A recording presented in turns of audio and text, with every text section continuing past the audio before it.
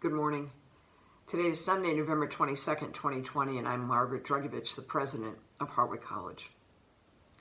Well, good news is that by midday yesterday, all but one of our students was able to leave our campus for Thanksgiving break. The very fact of this transition, that we were able to have a campus-based experience until November 21st, is a testament to every member of our community who lived the commitment to carry on despite all of the many inconveniences of COVID-19.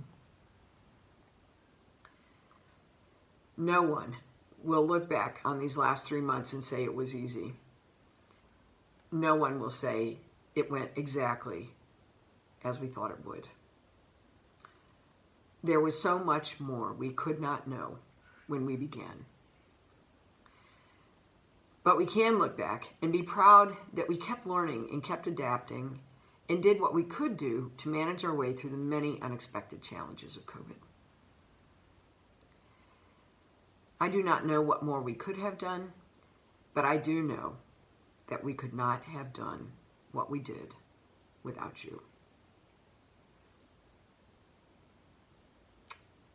To our students who wore their masks, kept their distance, put their disappointments into perspective, and kept up with their studies, I promise that what you have learned to manage will be an instrument in your toolkit that will serve you well for the rest of your life.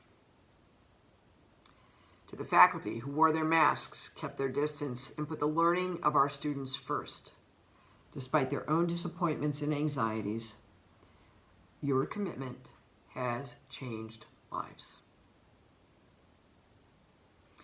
And to our staff who wore their masks, kept their distance, and shouldered the work of the college despite your own many challenges,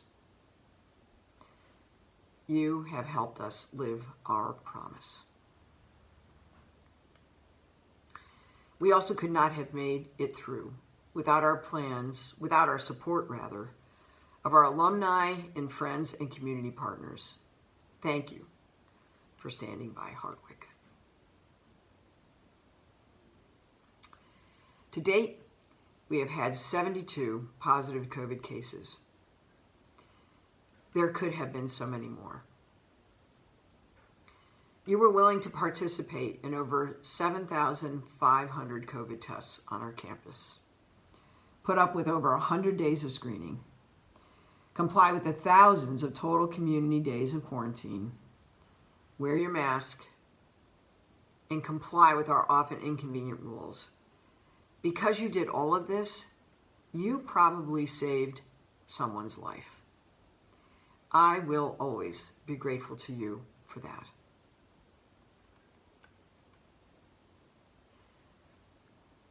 Now we need to close the semester. We have 1 week of all remote instruction followed by 1 week of remote exams after Thanksgiving. Let's be sure that we will all be well enough to participate in this. It will be a challenge. COVID is really heating up across the country. There were over 1 million new cases of COVID in the U.S. in this past week alone. So the CDC is advising people not to travel. Health experts are advising that you should only celebrate Thanksgiving with those people who usually live in your household, not those who live in another household, even if they are a member of your family. In fact, the CDC in its holiday guidelines actually advises that, and I'll quote them here, quote, college students who are returning home from school for the holidays should be considered part of different households. Well, this seems really awkward and really irritating. We humans are social beings who gravitate toward being together. And not only that, but if you were on campus in the last 2 weeks, you actually had 2 COVID tests within a week, just so that you could go home. But remember, a negative test result is a snapshot in time and not a guarantee. Our behaviors, will continue to determine what is to come. you may be struggling with the decision about whether to be with others at Thanksgiving. But I want you to consider this. Not all of your friends that attend or work at other colleges have been through the testing program that you have. In fact, the Wall Street Journal reported just yesterday that less than 1/3 of colleges have mandated the COVID testing that you received before you left our beautiful campus. Also consider that the people most likely to get very ill from COVID are those who are most vulnerable because of their age and existing medical challenges. Now, that could be your sister, your brother, your mother, your father, your grandmother, your grandfather, an aunt, or an uncle. It may be better to skip one holiday so that you can have many more together. As Dr. Fauci at the NIH has advised, think carefully about the risk and reward in all that you do. Then, make the best choice.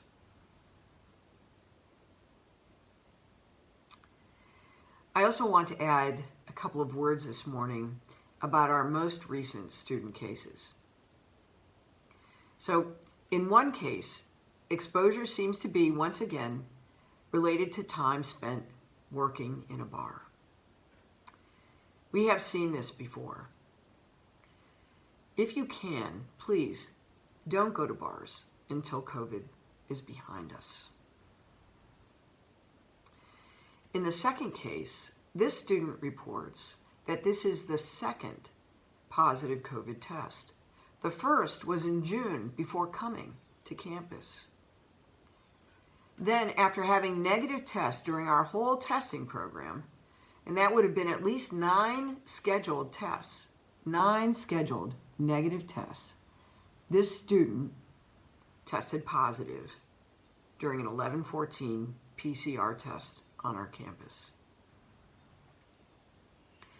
To the best of my knowledge, this is our first case of what appears to be a second infection among any of our 72 cases. I tell you this to remind us all that there are no certainties with COVID. For all we have been through, and as much as we have learned, we don't know everything we need to know about this disease. It seems that the only thing that we know is that we are still learning about COVID-19.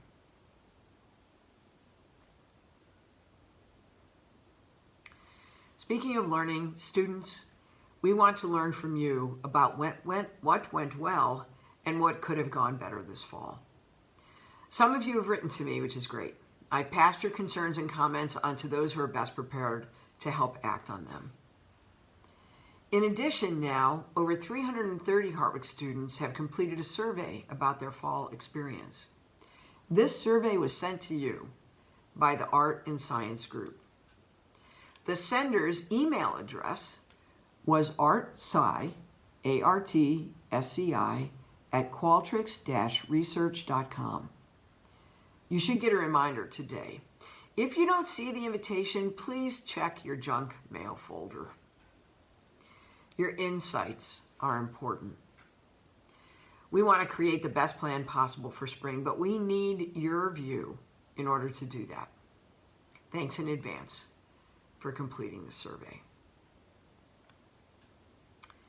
And as a reminder to our employees, if you receive permission to work remotely this fall, you are not permitted to come to campus again until at least January 4th.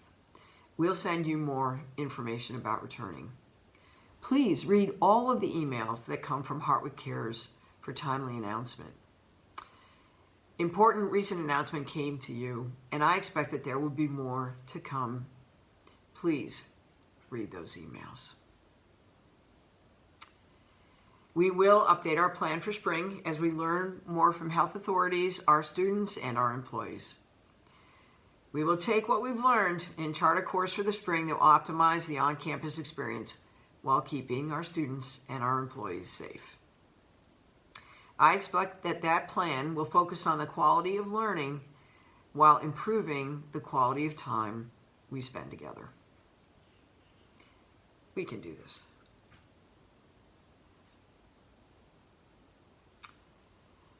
I hope that you are able to spend a little time this coming week thinking about the things that you can be thankful for. You know, the first Thanksgiving was a celebration of a successful harvest. The time leading up to that harvest was difficult, both because of the need to survive while preparing for and tending to crops which have their own cycle, and also because the preceding winter was exceedingly harsh and an epidemic of disease took the lives of nearly half of the original Pilgrim settlers. Those who did survive had to work even harder, and they had to depend on one another to do what could not be done by any one of them alone. It was hard. And their response, after all of this struggle, their response was to give thanks. I hope that you can find the time to reflect on at least one thing this week for which you are truly thankful. So today's song reflects my gratitude for mornings. I love mornings. My gratitude for music, and my gratitude for the talents of Hartwick Music Faculty. This is a performance of an original work entitled Dawn Chorus, written by JoAnne Harris and performed by the Hartwick Faculty Wind Octet. This is from their soon-to-be-released album, Stravinsky, Alone No More. Thanks to Professor Andy Pease for sharing this recording with me in advance of its worldwide release. You can't help but recognize the sounds of dawn in this piece. Gorgeous. My next video update will be on Sunday, December 6th. Between now and then, I wish you well. Be safe. Wear your mask. Have a great Sunday and a very, very happy Thanksgiving.